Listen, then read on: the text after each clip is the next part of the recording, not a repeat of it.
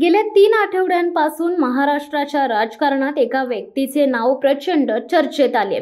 सध्या केस पोलिसांच्या अटकेत असणारी आणि 14 दिवसांची पोलीस कोठडी सुनावण्यात आलेली ती व्यक्ती म्हणजेच वाल्मिक कराड। बीडच्या मस्साजोगमध्ये सरपंच संतोष देशमुख यांची निर्घृणपणे हत्या करण्यात आली। यामध्ये हात असल्याचा आरोप असणाऱ्यांच्या यादीत वाल्मिक कराडांचे नाव सर्वात वर घेतले जात आहे। घटना घडल्यापासून विरोधकांनी त्यावरून रान उठवले। अर्थात स्वतः वाल्मिक कराडने सगळे आरोप फेटाळले असले तरी न्यायालयात घडलेल्या युक्तिवादानंतर त्याची 14 दिवसांच्या पोलीस कोठडीत रवानगी करण्यात आली। वाल्मिक कराडने मंगळवारी दुपारी अचानक एक व्हिडिओ जारी केला। या व्हिडिओमध्ये त्याच्यावरील सर्व आरोप त्यांनी फेटाळून लावले। तसेच दाखल करण्यात आलेला खंडणीचा गुन्हाही अमान्य असल्याचे त्यांनी नमूद केले आणि पुढच्या तासाभरात तो पुण्यात CID पोलिसांच्या स्वाधीन झाला। तो शरण येईपर्यंत त्याला अटक करता न येणे हे पोलिसांचे आणि पर्यायाने शासनकर्त्यांचे अपयश असल्याची टीका विरोधकांकडून करण्यात येत आहे।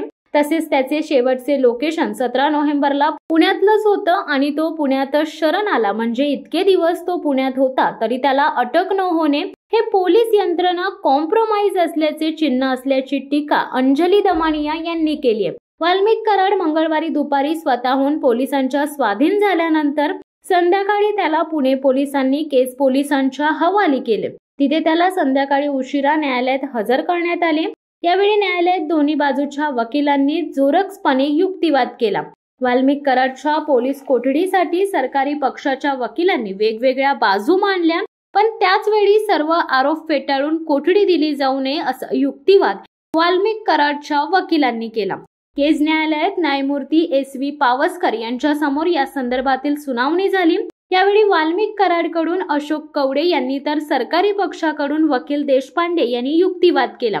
सरकारी पक्षाकडून वाल्मिक कराडच्या पोलीस कोठडीसाठी या प्रकरणाशी निगडीत काही मुद्दे मांडण्यात आले। सुरुवातीलाच कराडच्या पोलीस कोठडीची मागणी केली। या प्रकरणातील आरोपी सुदर्शन घुले हा वाल्मिक कराडच्या सांगण्यावरून काम करत होता असा मुद्दा सरकारी वकिलांनी उपस्थित केला। तसेच यावेळी न्यायालयात सरकारी पक्षानं 1999 सालापासून वाल्मिक कराडचे नाव आलेल्या गुन्ह्यांची यादीच न्यायालयासमोर सादर केली। अशा कृत्यांमधून तो दहशत पसरवत होता असाही युक्तिवाद वकिलांनी केला। दरम्यान सरपंच संतोष देशमुख हत्या प्रकरणात पोलिसांच्या हाती लागलेल्या मोबाईल रेकॉर्डिंग मधील आवाज वाल्मिक कराडचाच आहे का याची तपासणी करायची असल्यास सरकारी पक्षाने न्यायालयाला सांगितले। त्याशिवाय वाल्मिक कराड विरोधात गुन्हा दाखल असलेले खंडणीचे प्रकरण आणि संतोष देशमुख हत्या प्रकरण यांचा काही संबंध आहे का याचाही तपास करायचा असल्याची विनंती न्यायालयाला करण्यात आली आहे। दोन्ही बाजूंचा युक्तिवाद ऐकल्यानंतर न्यायालयाने वाल्मिक कराडची 14 दिवसांच्या पोलीस कोठडीत रवानगी केली आहे। शिवसत्ता टाइम्स न्यूज ब्युरो, बीड।